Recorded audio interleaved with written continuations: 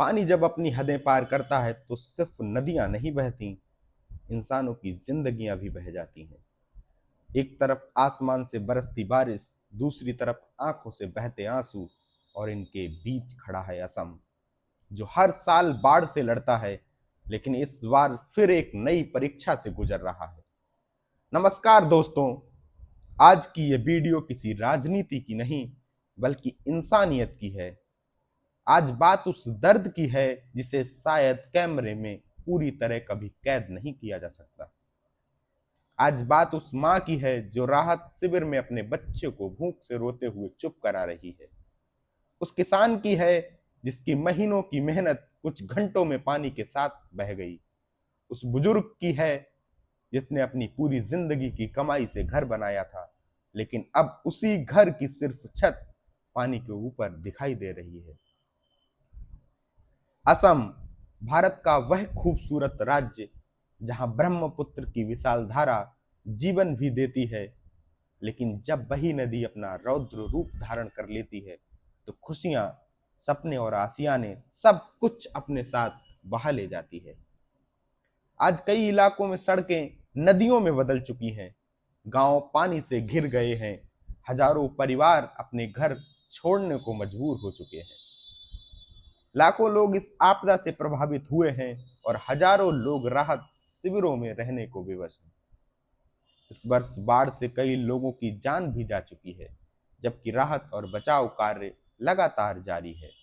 NDRF, SDRF, स्थानीय प्रशासन और स्वयंसेवी संगठन लोगों तक भोजन, दवाइयां और सुरक्षित आश्रय पहुंचाने में जुटे हुए हैं।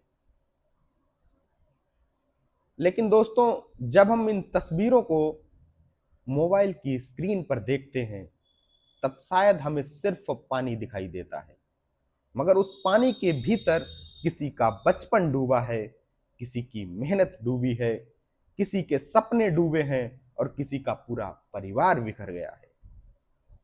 सोचिए, जिस घर में कल तक बच्चों की हंसी गूंजती थी, आज वहां सन्नाटा है। जहां रसोई से खाने की खुशबू आती थी, आज वहां गंदा पानी भरा हुआ है। जहां खेतों में हरियाली लहराती थी, वहां अब सिर्फ बाढ़ का मटमैला पानी दिखाई देता है। प्राकृतिक आपदाएं किसी धर्म, जाति या भाषा से सवाल नहीं करती, वे सिर्फ इंसानों की परीक्षा लेती हैं। और ऐसे समय में सबसे बड़ी ताकत होती है इंसानियत, ह्यूमैनिटी।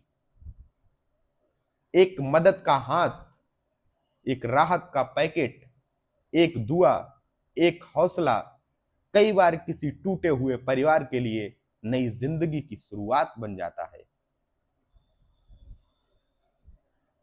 हाल ही की जानकारी के अनुसार केंद्र और राज्य सरकारें स्थिति पर नजर बनाए हुए हैं और राहत कार्य जारी है।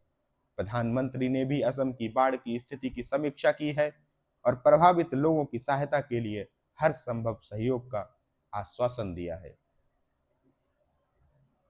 दोस्तों, आज जरूरत किसी बहस की नहीं है, किसी आरोप की नहीं, बल्कि उन लोगों के साथ खड़े होने की है जो इस समय सबसे कठिन दौर से गुजर रहे हैं। यदि आप किसी विश्वसनीय राहत अभियान के माध्यम से सहायता कर सकते हैं, तो अपनी क्षमता के अनुसार अवश्य करें। आपकी छोटी सी मदद भी किसी परिवार के लिए उम्मीद की किरण बन सकती है। आइए हम सब मिलकर ईश्वर से प्रार्थना करते हैं कि असम के लोगों को इस कठिन समय से उबरने की शक्ति मिले। जिन परिवारों ने अपने प्रियजनों को खोया है, उन्हें संबल मिले।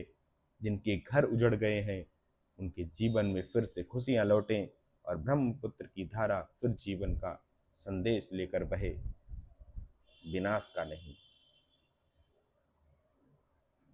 याद रखिए, देश सिर्फ नक्शे पर बनी सीमाओं से नहीं बनता, बल्कि एक दूसरे के दुख में साथ खड़े होने से बनता है। आज अगर असम रो रहा है, तो पूरा भारत उसके साथ खड़ा है। यही हमारी पहचान है, हमारी ताकत है और हमारी इंसानियत है। जय हिंद, नमस्कार।